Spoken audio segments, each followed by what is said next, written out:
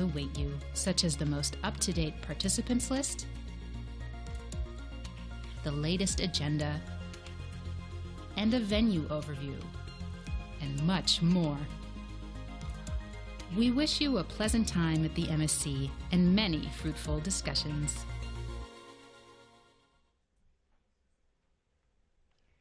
Hello all, and welcome to this panel. I see we have a full room and we are also visible on Facebook, so I'm extremely proud to have another try at discussing artificial intelligence at the Munich Security Conference. Some of us may remember that we made a try 2 years ago to discuss AI, and it quickly became obvious that in general our understanding of artificial intelligence does not much differ from how much our ancestors got about thunder. But there is one material difference. They just accepted that thunder is there and lived with it, but we are trying to regulate artificial intelligence to an early grave, and I think this is a problem for the free world. On the other hand, we also know that it has a potential to change our lives and also to change how we defend ourselves and to change how we understand defending ourselves. For example, we also have to prepare ourselves for the time when singularity appears. Will it ever appear? We don't know, but we need to be prepared. And thinking ahead in this game is very important because in 21st century, the technology cycle is much, much shorter than our pitiful international legal cycle. So unless we start regulating for singularity today and now, we will not be ready. And the good thing is, if we think about singularity, we will automatically have thought about the lower levels of artificial intelligence, which is very useful. I have two wonderful panelists with me today. There's Mr. Schmidt, who has been a long-time CEO of Google and is currently chairing the US National Security Commission on Artificial Intelligence. A proof to you that artificial intelligence does matter in security. He's tasked by the Congress to come up with the assessments and suggestions how exactly the artificial intelligence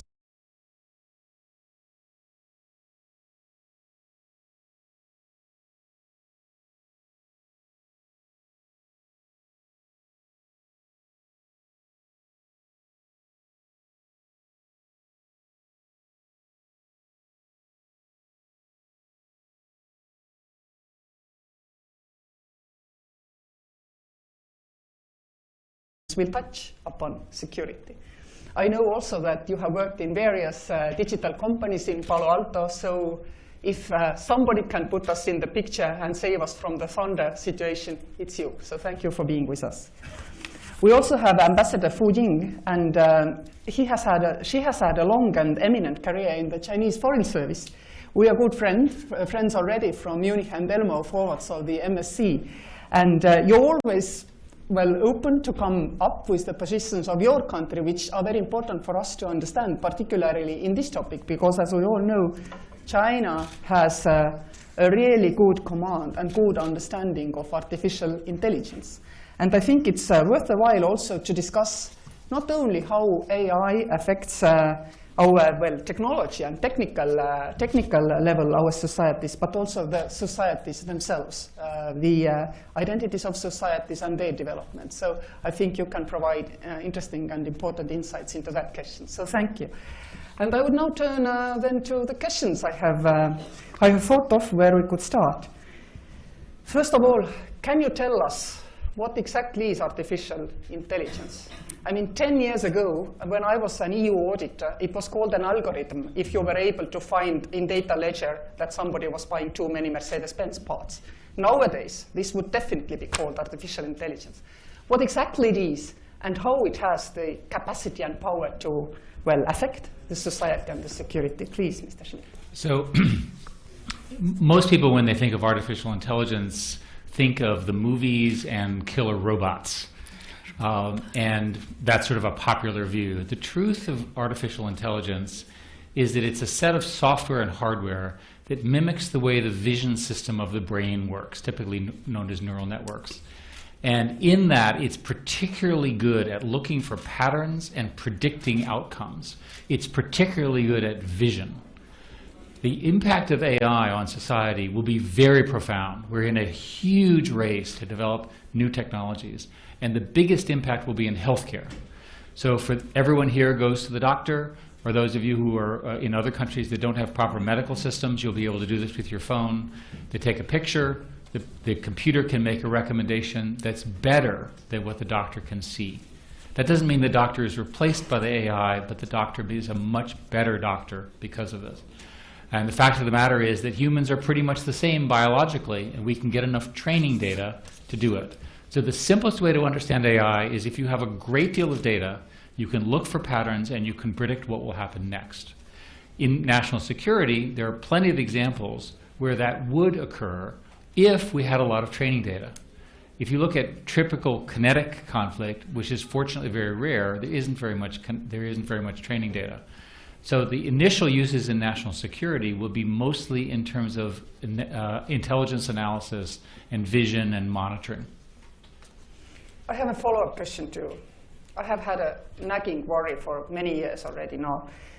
And many people here might know, actually, because I aired my worry about a little AI war before. And this war is something which finds itself in, let's say, nuclear weapon system. Mm-hmm. Somebody has made it and sent it there to do something to that system.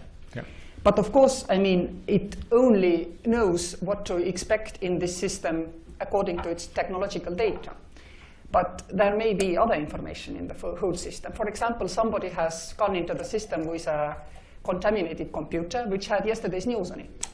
And the yesterday's news said that the United Nations Security Council will vote tomorrow on banning all military use of artificial intelligence.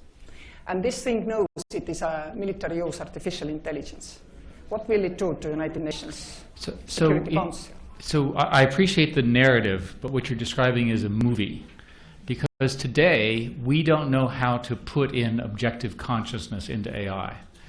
There might be an accident, exactly. Right, an error, a bug, or so forth, but it's very difficult to know.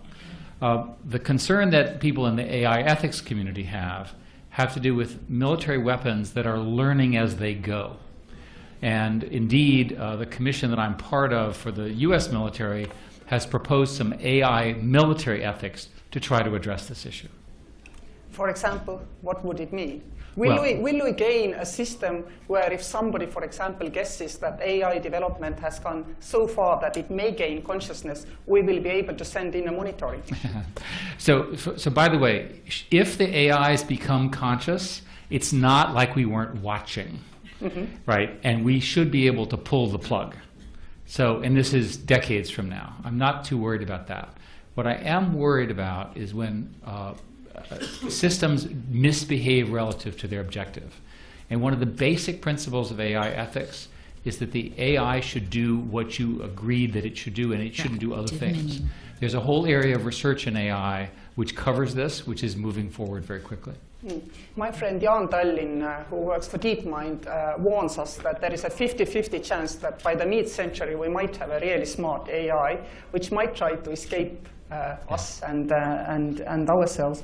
And he's been proposing several ways of keeping AI in check, like never giving it, I mean, I think this is widely a concept, that never giving it a precise objective to make it doubt itself. Second opportunity is to make a system, well, probably based on Bitcoin technologies, where people can make bets that's here or there somewhere we are getting close to artificial intelligence being truly intelligent like we understand it. And if we see these bets gathering, we could actually, I mean, go in and monitor things. So people in the private sector seem to be far more worried about keeping AI in check than you are. Why is that? Well, since I'm from the private sector, I don't agree with what you just said. There are many people who have thoughts of what will happen in 2050. There's the possibility of the singularity. My experience is that predictions in 2 to 5 years are not very accurate, and it's very unlikely that any prediction 30 years from now in technology is very accurate. I don't think we know. Will Bitcoin be around? Will blockchain still be around? We don't really know.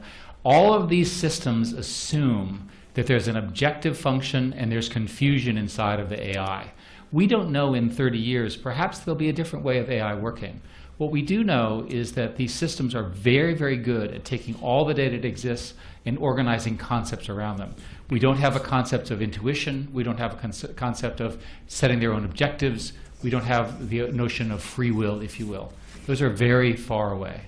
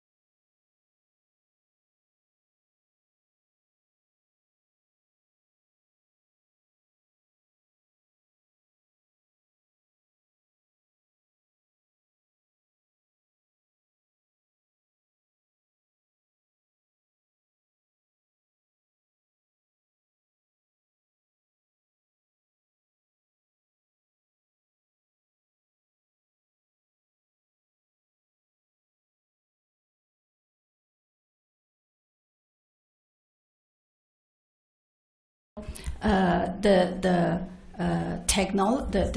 AI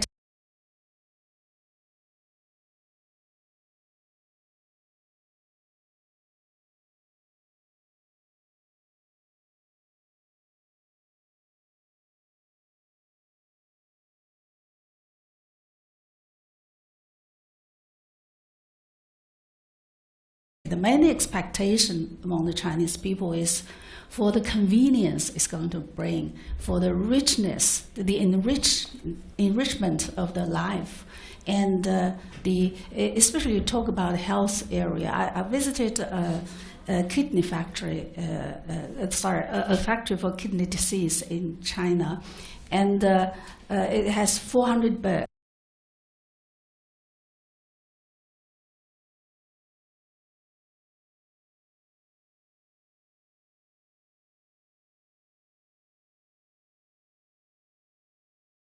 Decide to come to this hospital. So there is such a huge potential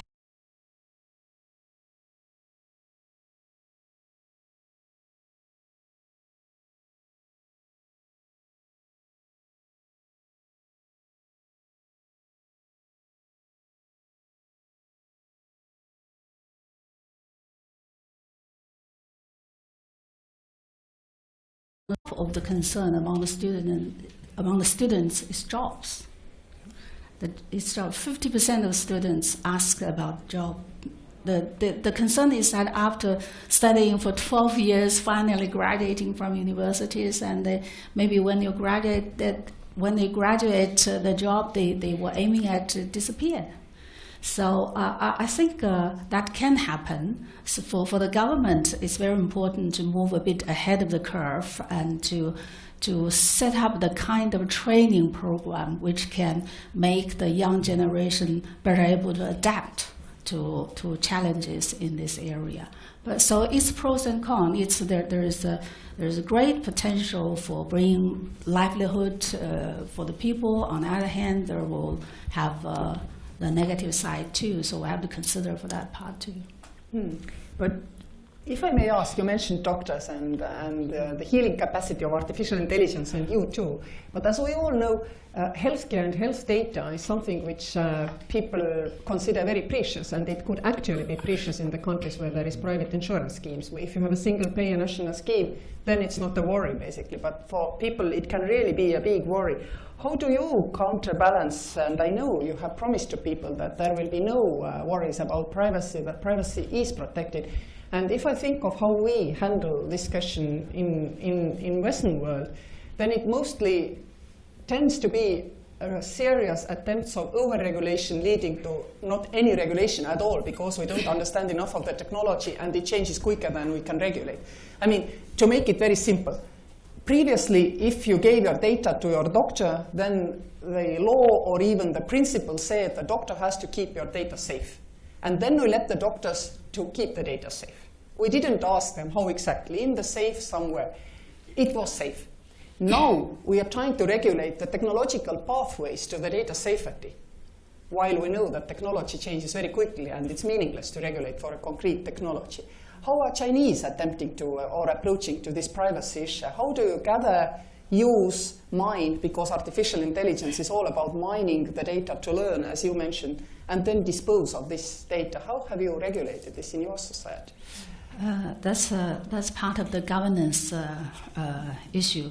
AI, you mentioned it correctly at the beginning that the cycle of legislative development in AI technology is not, the traditional way of doing things does not apply. Because with traditional legislative process, you wait for the consensus to grow in the society and then you start making laws. But with AI technology application, probably the risk or the challenge comes day one. So how the governments are going to cope with that kind of new situation? On the one hand, they should help to regulate when the regulations are needed, and without curbing, without coming too early ahead of the technology development and then hamper the progress of development. That's a big challenge for all governments. In we did a lot of research in Shenzhen, in Shanghai, and I visited one company. They do health management, and you walk through in the flat, and you look at the mirror, and the mirror tells you how you need to improve your skin, and all your medical data can be collected just in that flat. You go through the flat, you go to sleep, and the mattress will tell you the data of your sleep. So that's very good, sounds very good, but I didn't want to go through it because I don't know how they're going to use my data, the privacy part. But so we did a bit of research. We talked with the Chinese businesses who are working in this area. I think the middle ground, the balance will be made about the privacy is the sensitizing or desensitizing. Can you desensitize the data? The private sectors would like to have as much data as possible for algorithm. But the hospitals, like you said, hospitals are legally bound to protect the privacy of the people. So the private sectors would like to get more data. So the linking point is that if the private sectors can promise that we only collect desensitized data, and then the hospital should be more willing to give them the data for improving their algorithm. So there are ways. In almost every sector, the Chinese the government is following very closely, and the private sectors and the businesses, including state-owned enterprises, they are encouraged to look for ways of managing it, protecting the privacy while being able to make good use of the AI technology. So this is a fast-moving sector. So it's kind of it's kind of running in a no road land. It's a no man's land. You have to find your own path. But in the meantime, the cases will help the businesses and also help the government to find the future possibility of rulemaking. So I think that will probably be the same in every country. This is interesting because, I mean, in the Western world, people normally tend not to be afraid to give their data to private companies. I mean, it's getting better, but initially they weren't at all. And you're also talking about keeping track of what private companies are doing, but I think the more real and tangible worry nowadays is what government might do with my data. Has your government somehow promised to people what can be done and what cannot be done with the data? Like, for example, Estonia is a digital public sector, and our government has promised our people that it will not nose in its data. The data belongs to people, and if somebody is looking, people will know exactly the name and the function of the person who was in the database. This is the government's promise to people to keep data safe. Do you have anything similar in your system? In China, if I'm a consumer, I trust the government more than the private sectors because, I went once inquired about buying a flat, and forever I received telephones about promotion of kind of advertisement of flats because the first individual who I called sold my telephone number. So I think that there is it's a bit unfair. Some of the private sectors do abide by the laws, most of them do. But I think countries probably they operate in different ways. So the way they develop their rules and regulations should be within that kind of environment. As you said, in the US, people may trust the private sectors better. And then maybe they build rules in that direction. What do you think? So I think your private medical information is incredibly important.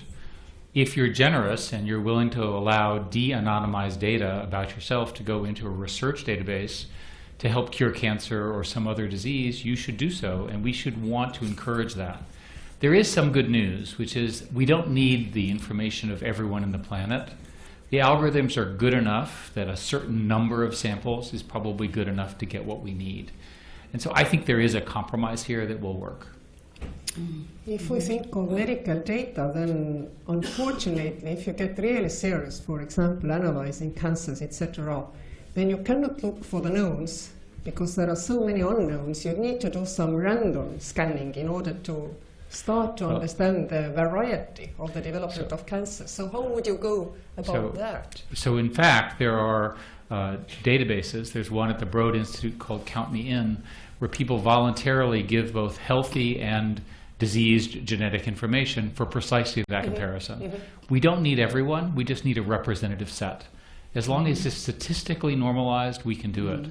And there are technologies generally known as generative designs, which allow us to take a subset and generalize the solution to solve the problem. But can data breaches from these kind of systems, I mean, further disrupt our societies and become kind of national security questions? I am not worried about my healthcare data in these subsets. I trust that it's going to be used for research, research purposes, and I have a contract, and there are laws behind that. In the United States, there's a law called HIPAA, which is very seriously applied. I don't worry about it, and I encourage people to give research information about their health to help others. And I've never met anyone who wasn't dying of cancer who didn't want to give as much information as possible to make sure that they don't die of cancer. The priority is very, very clear here. I don't think it's a national security issue. I think it's possible to de-anonymize the data enough. Can AI, through the societal link, not talking about weaponry and AI, because I think we all understand pretty well what can go wrong there, can it become a security risk, for example, exactly by developing these kind of misunderstandings in our society? Because basically we know the world is full of people who don't trust vaccines because they cause autism, and we know this is not true, but yet we are not able to kill it. How can we kill this data distrust? But that can be understood as a failure of education. Yeah. Right. If you don't believe in science and facts, then it's very hard to have a proper conversation about facts and medicine and things like this. So at the end of the day, this is more than an AI problem. We are still in charge. Humans are still making the laws. We're still educating our people, and these systems still work for us. If we make mistakes, they're mistakes, but we're still in charge, and we should be held accountable for it. But should we somehow, for example, agreeing on international legislation on how we guide, guard, develop, maintain, monitor the AI would help to build trust? Because, I mean, I agree with you, of course, and I'm also in this camp who is based on facts and science, and you as well, and we know we cannot convince the other side. Can we do something national? The concern I have when you say that as a European is that you're talking about premature regulation. And I'm worried that if you were to pass a law banning the singularity, one, I don't know how to write it. Two, I don't know what the secondary negative effect is of your banning it. So for example, some new discovery might not happen, unrelated, because people won't go in that field. There's a real cost to regulation before it's needed. It chills the market, it makes people go elsewhere. We're on the cusp of tremendous systems that help humans live better lives. Markets that are faster, educational systems that are better. We have to do them consistent with our laws and consistent with our principles.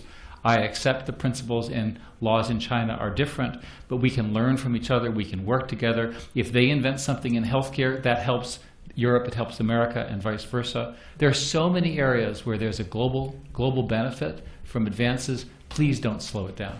This is true. I'm European, but I'm also Estonian, and we develop permissive legal environment, by the way, to all data mining, including Estonian genome database, which allows depersonalized data to be mined. There's a very famous Estonian database that's one of the best in genetics. Precisely. I mean, so we try not to over-regulate, and we are exactly for this kind of regulation, and I really, truly listened with interest that there is this regulating for the objective. Objective it's being one of the safety. best in genetics. You don't regulate the technological path. So we try not to over-regulate. I think we are something indeed, I agree with you, we could learn from. But I don't know whether everybody knows, but we have also a town hall on artificial intelligence question page where you can send questions in. If you don't like my questions, you can hope that yours will be better liked.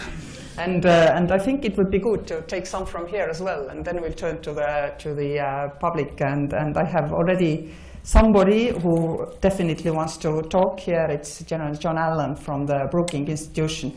So I will ask one question from here, and then the floor is yours. Let's do it this way. A deal. Thank you. To Mr. Schmidt, if we only give AI an objective but leave open the way it is allowed to accomplish it, doesn't that open the risk that AI can cause major harm? And I will not tell you whether this question comes from US or from Europe. So again, there's this, somehow people believe that you're going to give AI an objective, it's going to decide the objective is its unitary objective, and as a result, it's going to kill 1 million people. That's the scenario everyone's worried about. And that is precisely what should not happen. We should not allow AI systems to do things both which are damaging humans, but more importantly, these systems never have a single objective. They should simply not be allowed. Thank you. General Allen, please. This is less of a question than it is, I think, commentary. I hope that the audience recognizes that the leaders of this particular discussion are pretty symbolic. We have China and the United States and the conversations being moderated by the president of a technologically advanced democracy. And I think this is really symbolic about where we need to go in the future. Because if we're going to have norms of behavior for the innovation and the implementation and the application of artificial intelligence and other emerging technologies, we have got to find a way where the United States and China can find common ground and do so in a way with the democracies elsewhere on the planet. I think this is extraordinarily important. And as we think about, in particular, as the President said, and asked the questions, and both the Ambassador and Dr. Schmidt responded on the security pieces of this, we have to be very, very careful that first and foremost, as we think about the application of AI, regardless of whether it's in the context of security or just AI for societal good, that what should define our entry thinking is the values of our society, the values of our system of science, so that as we think about the implementation of artificial intelligence, we're guided first and foremost by our values and our commitment to the rule of law and humanitarian law, universal humanitarian law. For the United States, I know, and I hope that we'll have conversations with China on this in the context of artificial intelligence and national security, or artificial intelligence and the militarization, conceivably, of this technology. We spend a great deal of time discussing the ethics of the application of artificial intelligence in a military capacity. And first and foremost for us, it is where is the human in the process? Because the human has to ultimately apply the ethics and the values of the nations involved here.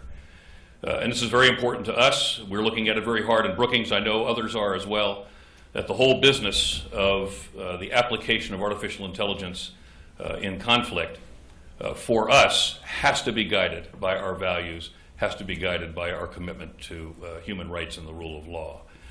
And so we're struggling with that question, because as we see artificial intelligence being applied in a military context, it has several benefits. First, it can create greater efficiency. It can create greater effectiveness.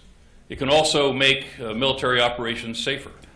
But it can also, very importantly, accelerate the speed with which military operations occur. And as that acceleration continues, what will be the challenge for all of us, regardless of the country, is how do you accelerate your operations and maintain human control of those forces that are being unleashed. And this goes to Dr. Schmidt's comments.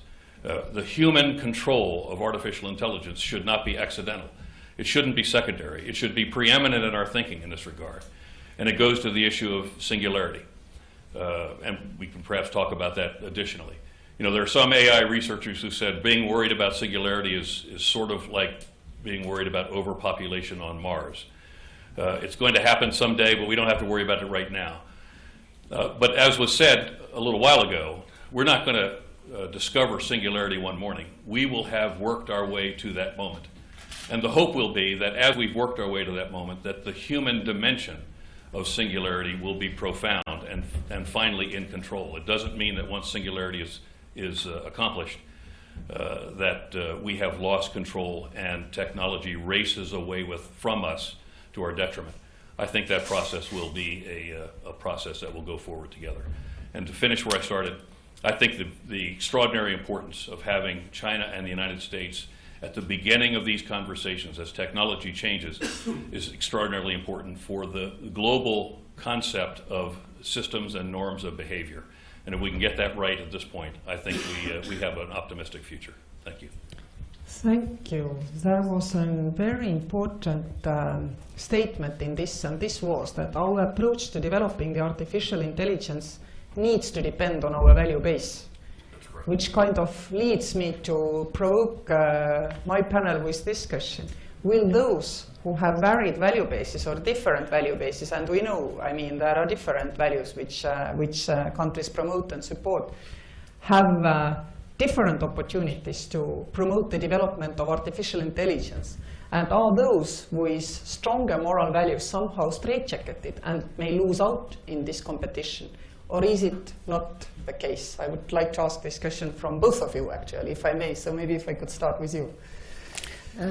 In Munich, in quite a few on quite a few occasions, we had a debate about the differences of values between China and the Western society.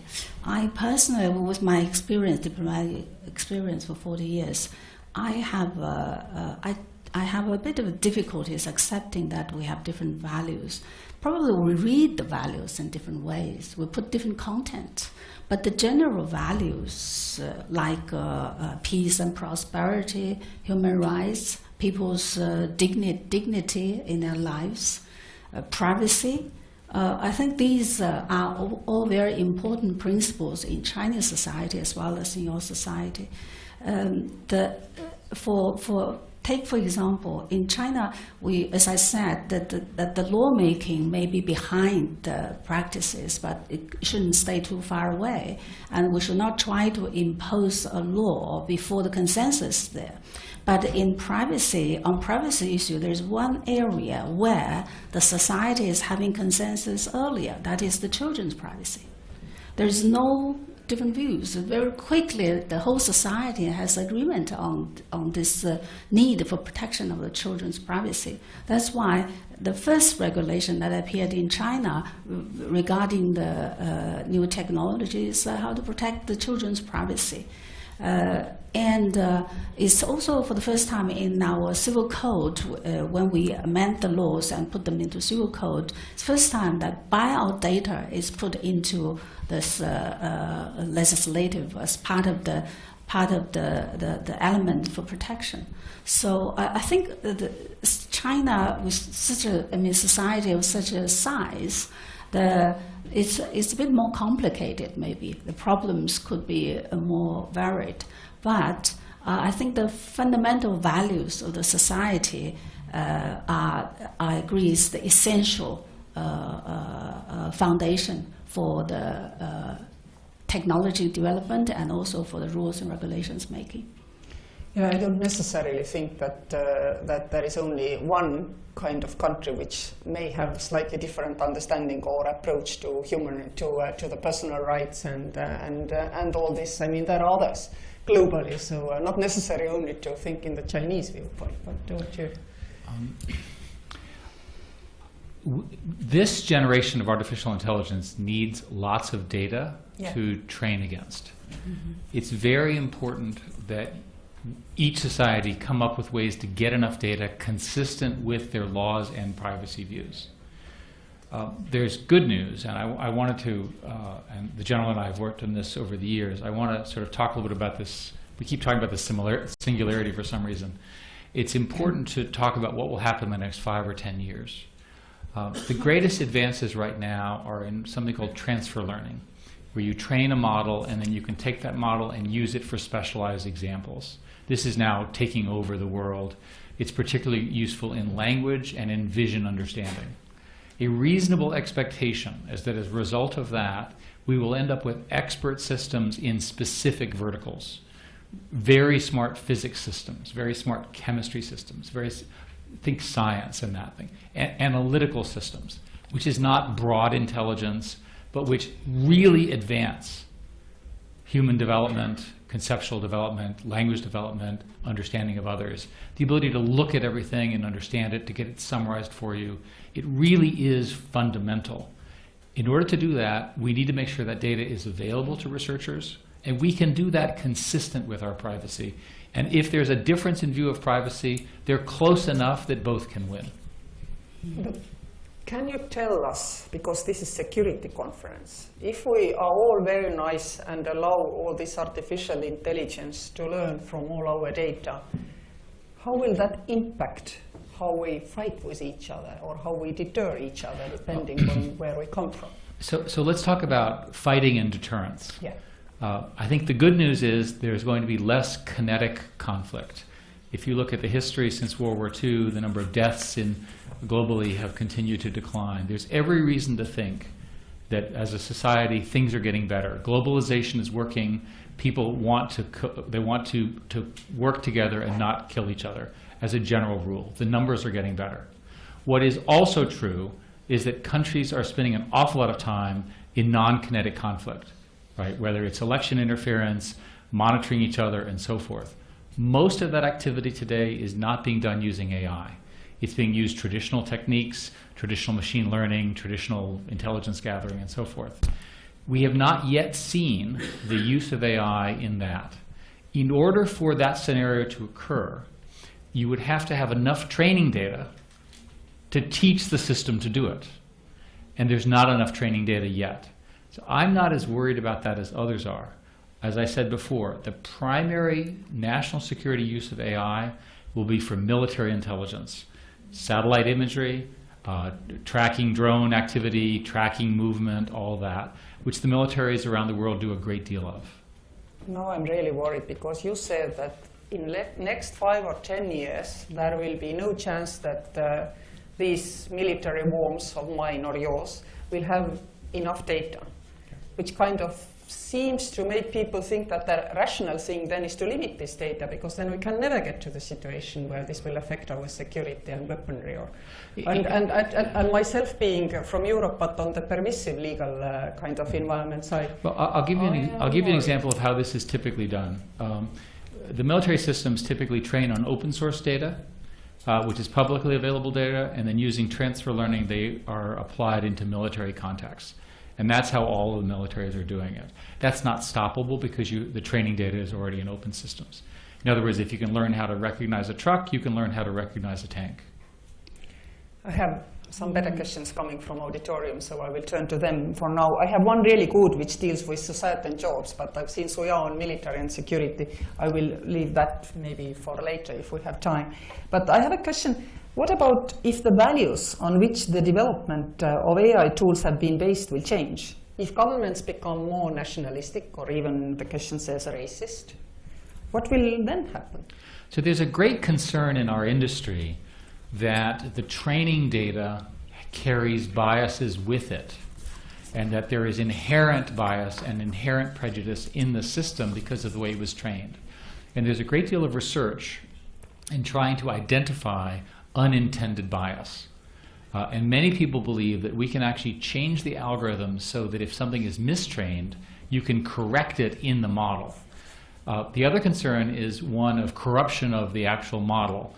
There are many people who think that a foreign power could corrupt your model, literally attack the model to cause a different outcome. And there's a great deal of research on protecting that as well. Well, but you say that we can always be calm about it and that we are able to control how these developments affect society, but we aren't. Even at the lower level, take Syria and Sofia. I think many here around know the blush if I could question. Does everybody know it? Doesn't seem to be the case, then I have to say. I mean, even these simple language synthesizers, because they are not very intelligent. But if you ask Siri a question, Siri, you are, or tell Siri, you are slut, then it says thank you for the feedback. But if you say the same thing to Sofia, Sofia says, I blush if I could. See, it's affecting how we understand and think about the society, because, I mean, people talking with one or talking to the other get a different perception. But you could also just argue that that's a bug. You think it's a bug? Yeah, maybe you should say that's a rude question. But if it's a bug, then how are we protected? I mean, if we are talking now really serious issues which can affect our security, such a simple pass can throw us. Let me say it differently about AI systems. Today, AI systems have an unknown error rate. We cannot prove that the current generation of deep learning systems always work exactly as planned without any failure. And there's a great deal of work to understand how the black box works, how the innards of the algorithms work. But today, you would not want to use an AI system to fly the airplane with no pilots at all. You want the pilots monitoring. As the general said in the military, you always want a human in the loop because of this. We cannot guarantee that the current generation of AI systems always give the correct answer. Maybe in the future we'll be able to. Well, is this disturbing or encouraging? I cannot really say, but I think I will now ask the society question and the jobs. And this will go to Ambassador. What do you think about Kai-Fu Lee's vision of combining AI and caring jobs to bring more love into our anonymized world, but efficiently? I'm not sure I'm following. What do you think about Kai-Fu Lee's vision of combining artificial intelligence and the jobs which deal with caring about people to bring more love into our world and efficiently? So Kai-Fu wrote... Yes, I wrote. I read his book. Yeah, I read his book. I'm not a technical person. Exactly. You have to have Eric to explain the details. But I think in the final, at least at this stage, when we are at the early stage of AI technologies, the decision is still made by people. It's the people who will use AI. So at the current level, the scare is not the AI itself, it's the scare is the people making wrong decisions or doing wrong things with AI. And also, in a wider picture, in Beijing, when we had this economic forum, Dr. Henry Kissinger was also with us, and we were talking about the danger of beyond the cliff. And he's very worried. He wanted mankind to take a very prudent decision before going beyond the cliff. And you remember I said, well, that's very important, but there's more immediate important decision for China and U.S. to make. If China and U.S. fight like this, if the relationship keep on going tense, if like today your Secretary of State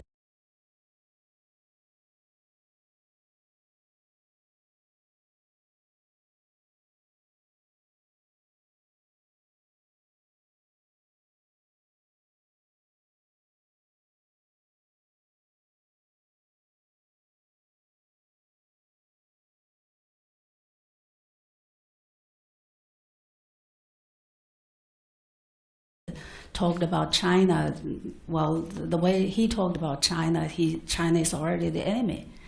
So if that is going to be the case, then what's beyond the cliff is not the challenge for mankind and the machine. How do we better use the machine? It's China using machine and U.S. using machine against each other.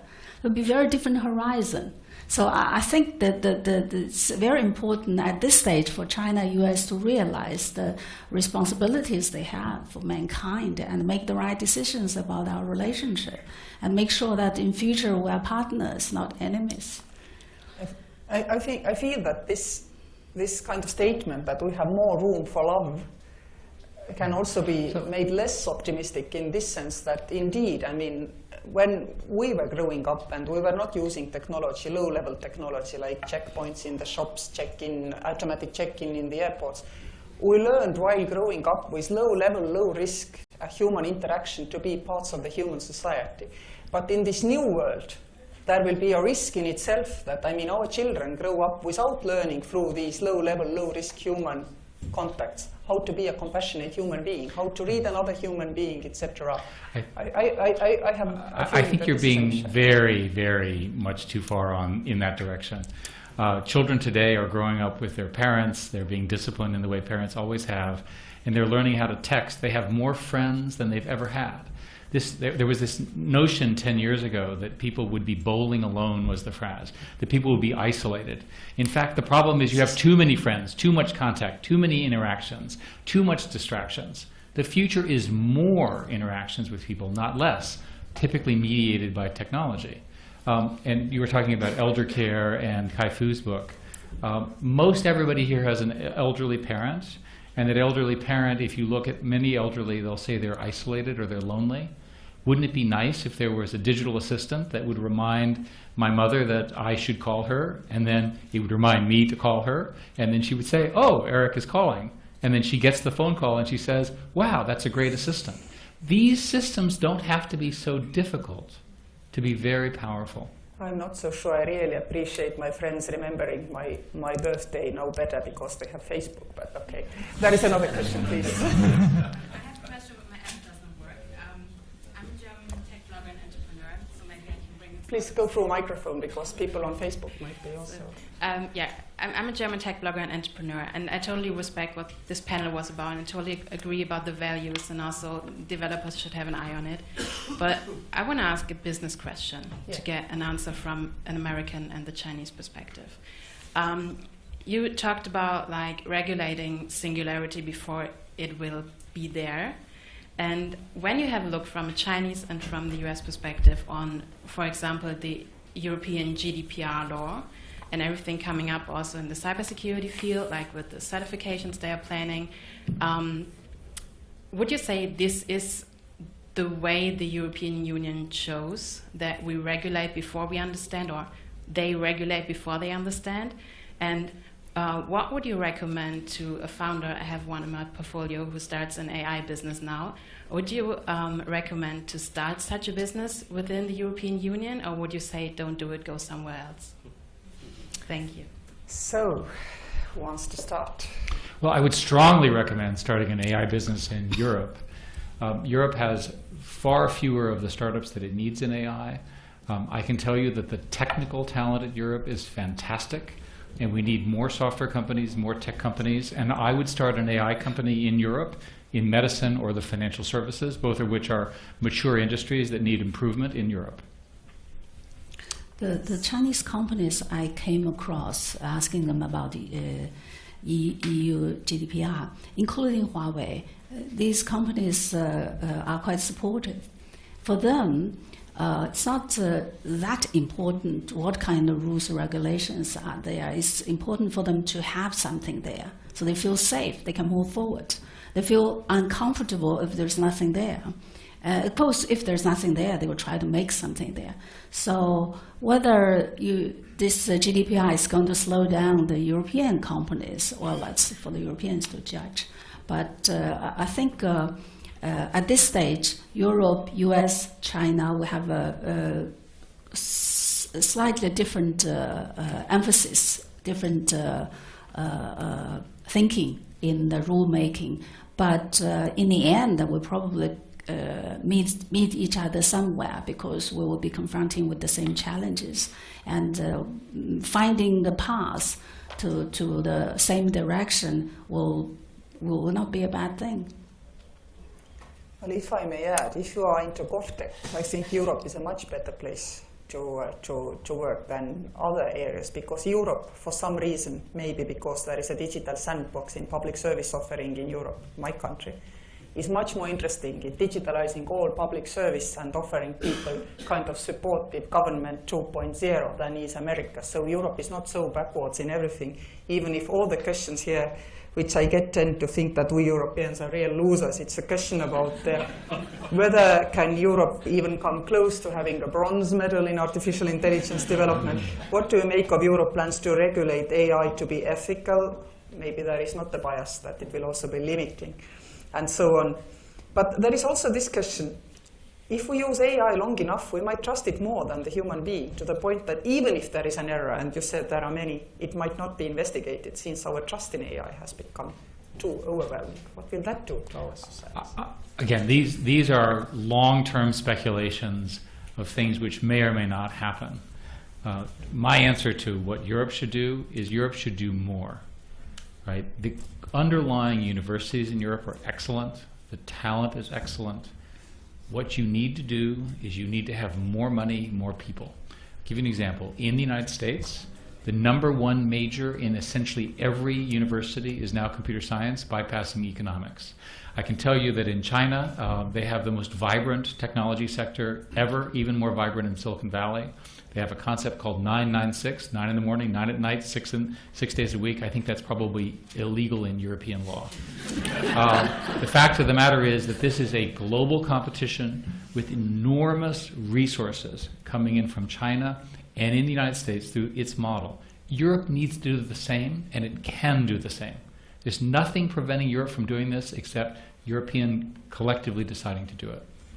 Frankly speaking, I think Europe is doing the same, but people normally tend to think it doesn't, because if you think even of the GDPR, in Europe, if we had a case like in San Francisco where, kind of face recognition system which police was trying to use to control crime was forbidden because there was no rule at all on how to regulate. In Europe, this would have been analyzed against GDPR, and it could have continued to work. So I'm European, I'm only a moderator, but sorry, I don't agree that Europe is so backward-looking. On the other hand, yes, indeed, I believe that, I mean, the public support is very important, but to those countries, I mean, not to Germany, Germany is a rich country, but to those who do not have all the money to spend, like these two big countries and Germany, permissive legal environment is something which might help, because Estonia has 4 unicorns per 1 million people. It's more than in San Francisco. So it's not only about money, and it's even not only, I mean, it's about much more about regulation. And this kind of is contrary to what you are telling, that we shouldn't regulate at all. I think we should regulate for the security and safety of people. I'm careful to say, don't regulate ahead of your time. There's a tendency, if I may, for Europeans to talk about regulation rather than innovation. Let's talk about the innovation, and as the innovation occurs, let's discuss regulating it. Then I have a question which, well, I tried to keep this discussion towards security questions as well. Should we do something special in order to make sure that, for example, in Europe, we're trying to develop our next generation of deterrence capabilities, let's say it this way, then, based on kind of common technological approaches? Should we invest into the problem that most of the development of artificial intelligence takes place in private sector? Unlike, for example, I think China and their public sector knows much better than in Europe and in America, where the artificial intelligence is, well, making quick steps. Should we do a different approach? Should we pay special attention? Should we, for example, within NATO now, with the NATO's budget rising or the defense spending rising, somehow try to understand what is going on in AI development? Well, first, I think the governments need to understand it, and governments throughout the world need more technical talent so they can have proper discussions about what the technology is doing. There are many government officials who are in charge of regulating it who don't have access to the right technology. The model that has worked is the private sector and universities moving quickly against the incentives in the society to innovate, to form companies, to get patents, to get prizes, and so forth. I wouldn't get in the way of that. If anything, I would simply find ways of coming up with more R&D money to go to universities and public companies and so forth to help them build that future. Europe does not have a common S&T strategy. It does not have a common AI strategy. There are AI strategies per country. I would harmonize them. In many cases, the real issue is that Europe does not look like a single data lake. There are differences in data rules from different countries. Brussels is trying to address this. You want to get the entrepreneurs set up to win, in the sense that they can win in the United States and win in China. I also agree that Europe should do more. So in case China and US are in trouble, we have another option. Well, is there anybody else whose app doesn't work but is still interested in asking a question? I mean, I know it's about AI, but you can ask manually. There was one, please. Thank you. I think I need the mic for the Facebook discussion. Thank you, Kersti. I'm Henrik Enderlein. I'm the president of the Hertie School in Berlin, a public policy school, and we've just hired a professor of ethics and technology. We called it technology, not to say AI, because it sounded too fashionable. The question is, which kind of level of technical expertise will future public policy makers have to acquire in order to interact with the AI community? that is a question, Eric, you just mentioned, you know, they don't have access to the technology, but do they have access to the people? How do we get the right people into government? Well, pretty much every system I'm familiar with, university system, is now hiring AI people, ethics people, into the computer science programs. If you look at biology and you look at how genetics ethics worked, they were largely driven from the technical community in consultation with the government because the issues are so hard. They're so complicated. So I think the only way to achieve what your objective is to have a partnership between the technical community and the government, and it needs to be a tight one to resolve these. Agree. You agree? And you mentioned in China this the experience the factories are visited and companies are visited. As I noticed that in China, those running in the forefront are mostly private sectors. I think they are more courageous to risk, and also they are smaller, more effective. So they're attracting more investment. I have a more general even question based on what you were telling. I mean, you're talking about people working in public sector trying to regulate things, but I'm been starting to think that, I mean, people who functioned in agrarian society perfectly well, but they were not so good in some talents which we really appreciate, like reading, math, etc. Nowadays are kind of considered not apt to be full members or fully well active members of our society, able to participate. Will AI lead to the situation where more and more people fall off the ladder? Will that create ourselves kind of internal security societal questions? So many people believe that AI will cause a problem of there'll be many unemployed people. I actually think the inverse will be true, and I'll explain why. So the first is that there are many developments in AI which will improve education. There's every reason to think that we can learn how an individual learns best using artificial intelligence, because that's something we can train against, and provide tools that will allow teachers to be even more effective and allow people to achieve their full potential. The second one is demographics. What do China, all of Europe, and the United States, and pretty much everywhere have in common is a demographic problem. The demographic problem is that the number of older people is increasing relative to the workforce. The only way to solve that problem is more automation in order to make the existing workers more productive, and that allows to pay for the health care of the elderly and the care and so forth and so on. So I think that the inverse is true. I think that there will be many, many open jobs, and the people will not be well enough trained to take them. Right? So our focus should be on getting people educated using the very top tools. The evidence about job displacement is that people who are completely uneducated are losing their jobs because of automation, and that has been true for 50 years. Right? It's always been true that the manufacturing floor was a lot of people, and now it's more automated, there's fewer people. This is the normal course of things. The biggest problem in China is in fact a demographic one, and the only solution for China will be the increased automation of her factories over the next 30 or 40 years. It's just true, it's just the math. That's why I say China is lucky. We are aging, and we were worried about the lack of laborers in the future, and then there's AI. It's interesting because this man is delivering my normal talking points. I was charged to play the devil's advocate today, but indeed each and every technological cycle has created more jobs than we have lost from the previous one. And indeed teaching needs to change because children's knowledge is not function of their age anymore, because they, well, look around the internet and know many things. And now when you have both calmed us all down, telling us that in the weaponry, at least not for a decade, we should not worry, which doesn't personally make me less worried, because I noticed that the international legal cycle to control developments and so on is much longer than a decade. So I still think we should maybe be a little bit trying to think ahead and look ahead, and that our societies will not break up from the inside because of the different ideas being disseminated to, break societies into two or somehow otherwise influence our brains. I think we can go on and live a little bit more optimistically about also artificial intelligence, also hopefully a little bit more smart about what is artificial intelligence and how we should handle it.